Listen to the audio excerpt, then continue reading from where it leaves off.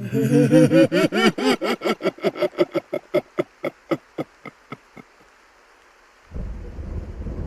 sun was already setting, dyeing the Texas sky a sickly orange. On the deserted highway, dust rose slowly, as if the air itself were refusing to touch the arid soil. The village of Grimswell, with its few houses and potholed streets, seemed more like a memory than a real place, a sigh of stagnant earth, frozen in time. And then, there it was, the abandoned house. From afar, its outline stood out, a twisted shadow covered in vines and moss, as if the house itself were trying to escape existence. No windows were visible, only dark slits, like the eyes of a hungry beast. The wind that passed through the cracks seemed to whisper, as if the house were waiting for something, or someone. When Thomas arrived in Grimswell, he had no idea he was being drawn into something much deeper than simple restoration work. He had been hired to renovate the old house, but nothing prepared him for what he found upon entering. The door creaked loudly as he opened it. The smell of mold and decay filled his nostrils, a mixture of aged wood and something else, something otherworldly. The air was heavy, as if each breath were a burden, an attempt to resist the emptiness of the house. And then, he heard it. A faint whisper. It was almost as if the walls were trying to speak to him, but the sound was muffled, incomprehensible, like a language lost in time. Thomas hesitated, but curiosity, combined with fear, pushed him inside. The shadows seemed to move of their own accord, dancing on the walls in the flickering light of the flashlight. He passed through empty rooms, through seemingly endless corridors, until finally he reached the back of the house, where the silence became deafening. There, on one of the walls, he found something strange, an inscription written in blood, seemingly ancient. The words were distorted, but he could make out one thing: the lost soul will never find peace. Before he could react, the sound of footsteps echoed down the hallway, but he was alone, or so he thought. When he turned, a figure appeared in the doorway before him. Its eyes were empty, lifeless, and the expression was one of silent pain, as if the figure had lived for centuries, never finding rest. It was impossible not to feel the weight of it, a presence that wasn't human. The village, with its deathly silence, seemed to be merely a reflection of something much deeper, something that was right there, inside that house. Thomas tried to move, but his feet were paralyzed, as if the house were entangled in his soul, pulling him in. But the figure made no movement, it just stared, waiting. Time seemed to stand still. Each second passed like hours. Thomas tried to speak, but his throat was dry, as if the house itself were suffocating him. He considered leaving, but knew he couldn't. Something in his eyes told him he would never leave. And then the whisper came again, louder, clearer. You will be a lost soul, too. The house began to murmur louder, like a chorus of voices coming from the walls, the floor, the ceiling. It was a deafening sound. Thomas felt the tension in his chest grow until it became impossible to breathe.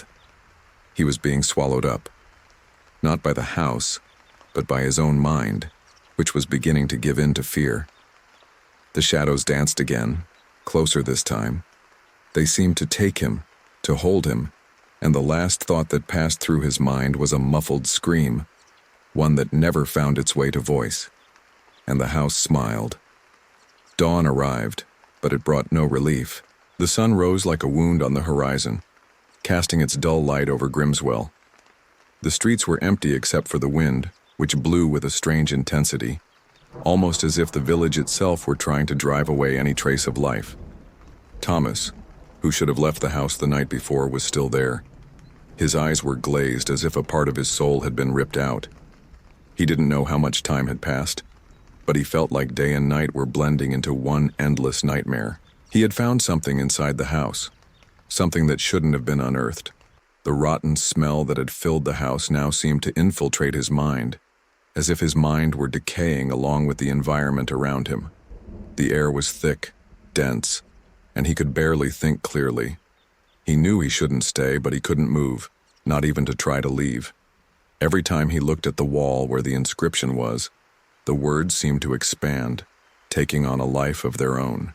The lost soul will never find peace. That phrase wasn't just a warning, it was a sentence.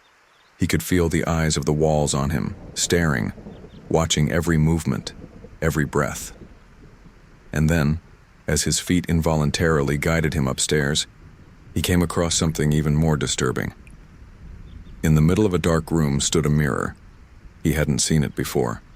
The mirror was in perfect condition, reflecting his image with disconcerting clarity. But as Thomas approached, something was wrong. The reflection he saw wasn't his own. It wasn't his tired, fear-lined face, but that of a much older man, with hollow eyes and a crooked smile that stretched unnaturally. The man in the mirror looked at him with malevolent satisfaction, as if he already knew something Thomas didn't. Before he could react, the reflection spoke. "You are here to stay. There is no way out." Thomas tried to scream, but his voice was choked. He felt his flesh crawl, the chill of death approaching. When he looked back into the mirror, the figure had disappeared, but the smile still remained etched in his mind. Then the noise began. A low, rhythmic sound, like a drum, but coming from below, from the depths of the house. Thomas descended into the basement, drawn by something invisible, something pulling him toward the unknown. Each step he descended was like a hammer pounding on his head, a deafening thud that reverberated deep within him. When he finally reached the bottom, what he saw was indescribable. In the center of the basement stood a dark wooden table covered in incomprehensible symbols, and around the table were bodies. Not human bodies, but shadows. Figures writhing in agony, formless as if reality itself were being distorted. They stared at him with empty eyes, begging for something he couldn't understand. And in the center of this table, like the heart of a nightmare, sat a book. The book was open and the pages turned by themselves, as if an invisible force were writing something there. As Thomas approached, a word appeared on the paper, marked in blood. "Welcome to your damnation." It was too late. The house had already claimed him. The house breathed. Thomas's every breath mingled with the muffled sound of the wind, but it was something more, something much deeper. It was as if the house itself had become a living entity, and he was nothing more than a puppet in its clutches. The book in the basement was still open in his mind, its words etched like invisible scars. He climbed the stairs again, but the footsteps seemed to echo, not only in the house but inside his head. The sound of his own soul tearing itself apart was unbearable. Something was happening to him, something he couldn't understand, but it was pulling him deeper into the darkness. Returning upstairs, the house was different. The silence was oppressive, as if everything were waiting. Thomas felt a presence, something moving in the shadows, something watching him from within the walls, but he couldn't see it. He could only feel it. It was then that upon opening one of the doors upstairs, he found himself in what appeared to be a living room, but somehow he knew it shouldn't exist. The walls were covered with old portraits, many of them faded with age, but the strangest thing was the look in each person's eyes. Their eyes were unnatural. They were empty, lifeless, as if their very souls had been ripped from them. And then, in one of the photos, Thomas saw something that made him freeze. The figure in the image was smiling, but that smile wasn't human. It was like a torture mask, an expression of suffering frozen in time, and in the corner of the photo, almost imperceptible, was him, Thomas. But he was different. His eyes were empty and the smile was the same. That smile, the smile of death. That's when the light in the room flickered. The bulb failed for a second, and in the darkness he heard a voice. Not from the figure in the photo, but from something else. Something inside him. A voice that echoed in his own mind. "You can't leave. You're already here forever." Thomas tried to run, but his feet were pinned to the ground as if the weight of the house were immobilizing him. He looked at the portraits, and the figure of the man in the photo now watched him with a more intense gaze. He could feel the presence of all the souls trapped in that house, their energy drained to feed something evil. The door slammed shut behind him, and he found himself back in the dark hallway. The sound of heavy footsteps echoed, but they weren't his. They were someone else's. The shadows on the walls began to lengthen, distorted and twisted, coming to life. Something was approaching, something with a deep desire for possession, not of his body, but of his soul. That being, that formless entity, seemed to relish Thomas's agony. He could feel the pleasure it took in watching him drown in despair as he retreated, but he couldn't escape.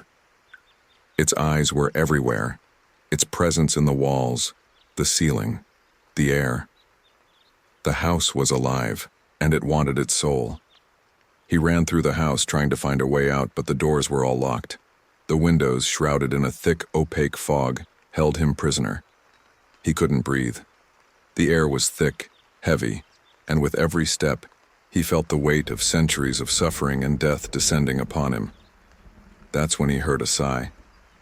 The sound of calm, almost peaceful breathing. He turned to see the figure again. That dark presence stood there, in the doorway of the room. It didn't move. It just stared as if waiting.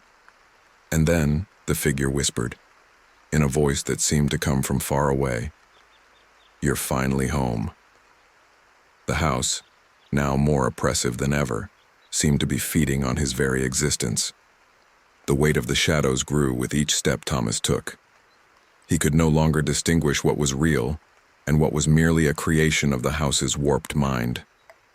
Each room seemed to stretch on endlessly, its contours shifting as he tried to escape. The walls closed in, the air thickened, as if the house itself were trying to consume him completely. As he ran, the sound of something dragging across the ground echoed, distant but unmistakable. He stopped, breathless, and looked around, but there was nothing, only shadows. But they were moving. He could see the outlines of figures, their indefinite forms, gliding along the walls as if watching, as if waiting. Whatever it was aware of his presence, and it watched him. He passed a broken window, and the cold wind that rushed in made him shiver. The wind was icy, but it wasn't normal wind. It was like a remnant of something older, darker, something that had been left behind, something that should never have been awakened. Thomas felt a growing pressure in his chest, a tight feeling, as if something were squeezing him. He looked at the walls and saw something strange. Words, handwritten, in a dark, reddish hue. The words were unmistakable. "Death is just the beginning." He ran, desperately. But the more he ran, the more the doors closed in front of him. The windows were sealed shut with a supernatural force. He was trapped. He couldn't get out. He could no longer escape. That's when he heard the voice coming from inside the house, a low, whispering voice that seemed to emanate from the very walls. The voice was familiar, but at the same time distant, disconnected, as if it were a memory he couldn't quite reach. "You can't run away. Everyone who comes here stays here. Forever." The house seemed to close in on him, the pressure increasing with each word. The figures in the shadows began to become clearer, their forms becoming more defined. They were human, but not entirely. Their eyes were empty, their mouths open in a silent scream, as if they were trapped there, condemned to eternity. Thomas tried to scream, but his voice wouldn't come out. He was trapped, not just physically, but mentally. Something inside him was breaking. A sense of despair washed over him, a visceral agony that spread throughout his body. He fell to his knees and looked around, and that's when he saw in the center of the room a door he had never noticed before. It was covered in symbols, more ancient than anything he had seen before. The door was calling, drawing him like an invisible force. He knew that if he passed through it, he would never return, and yet he couldn't help but go. Something inside him compelled him, a deep desire to understand, to discover what lay beyond that door. Something that promised him truth, but at the same time, offered him perdition. He reached out hesitantly and touched the doorknob. The metal was cold, icy, as if made of some kind of substance that shouldn't exist. As he turned the knob, the door slowly opened, emitting a sharp creak that seemed to cut through the soul. On the other side, what he saw was no ordinary room. It was a vision of the beyond, a vision of something beyond human comprehension. What he saw was the reflection of everything he feared, everything he had left behind. And at the center of this vision was himself, Thomas. But he was different. His face was distorted, his smile the same one he'd seen in old photos, the smile of the man who was now trapped in the house. He looked at his own reflection and, for the first time, understood. He would never leave. He was already part of the house.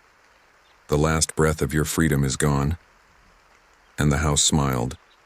The days began to blur together, and time inside the house seemed to distort. Thomas no longer knew if hours or days had passed since he entered the room with the mysterious door. The air was thick and heavy, and each breath felt like a supernatural effort. He knew something was changing within him, something he could no longer ignore. The shadows, which had previously seemed alien to him, now followed him with every step, as if they were part of his soul. As he wandered through the house trying to find some sort of exit, he noticed something that stopped him in his tracks. Every wall, every floor, was covered in markings, ancient symbols, and distorted drawings. But most disturbing were the messages. They were everywhere, almost as if blood itself had been spilled there, tracing the fates of every person who had ever crossed that threshold. Here, no one leaves. Everyone is forgotten. Your soul belongs in the house. What you see is not real. Thomas tried to ignore them, but the words seemed to sink into his mind, as if they were becoming part of his very essence. He was losing the ability to distinguish between what was real and what was the house's macabre creation. The voices in his head began to blend with the sound of the walls, the whispers of trapped souls who had already given in to the darkness. But the worst was yet to come. He felt movement beside him. He glanced at the door and saw a figure slowly approaching. It was a woman, but her face was distorted, her features a mixture of suffering and anger. She shuffled slowly, as if fighting an invisible force that compelled her closer. She stopped in front of him and, in a voice that sounded like a distant echo, spoke. "You thought you would get out. Did you think the house would let you go?" Thomas tried to back away, but the walls seemed to close in, the air growing denser, heavier. He couldn't breathe. The woman continued, her voice now clearer, stronger, filling the entire space around her. "I am one of many. We are all the same. Lost, forgotten, consumed. The house won't let us leave. It takes us, and now it will take you." Thomas looked into the woman's eyes, and something inside him broke. He recognized the look. He'd seen that emptiness before, in the reflection in the mirror, in the aged photograph. He understood. There was no escape. Everyone who entered that house was a part of it, irrevocably. Suddenly, the sound of a door creaking broke the silence, and a new figure appeared. This time, it was a man. His face was grim, pale, and his hands were outstretched toward Thomas. His eyes were sunken and empty, as if the life had been ripped from him long ago. He didn't say a word. He just stared, and the feeling of being watched intensified. Thomas tried to run, but his legs wouldn't move.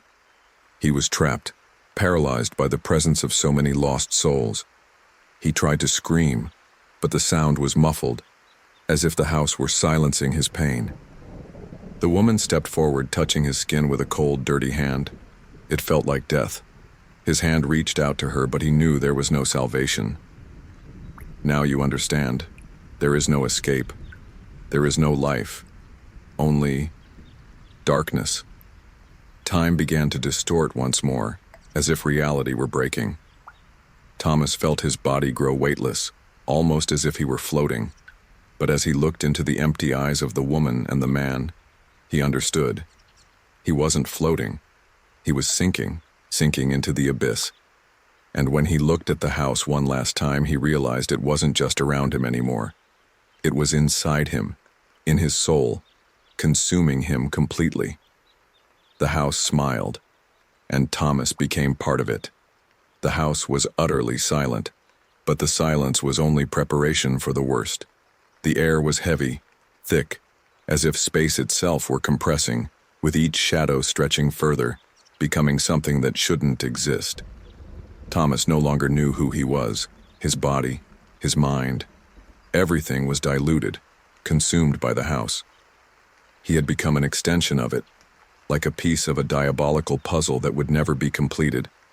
The village of Grimswell, with its deserted streets and abandoned houses, seemed to no longer exist. The world outside no longer made sense. The house had swallowed him, but it wouldn't let him go. He was now lost in the deep layers of his mind, plunged into a nightmare from which he could not wake. He heard the door creak again and a figure appeared before him. The man he had seen before. But now he was different. His face was even more distorted, more grotesque, as if he were being pulled out of his own skin. His eyes were empty, no longer of pain or anger, but of a strange acceptance. He approached Thomas, who lay motionless, bound by invisible chains the house had imposed.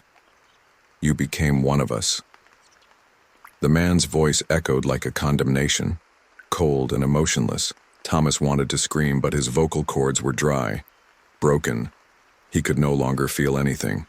The pain that had once tormented him now seemed to be part of his being. And he knew that deep down, the house had won.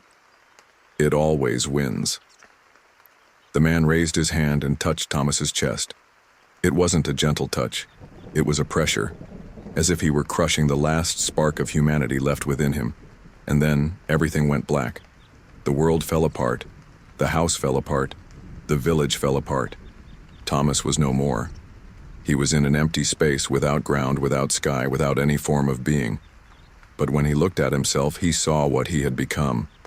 His soul was scarred, lost, like a flame that would never cease to burn. He was no longer bound to the house. He was the house. He was the prison. He was the silence. And suddenly, he heard it.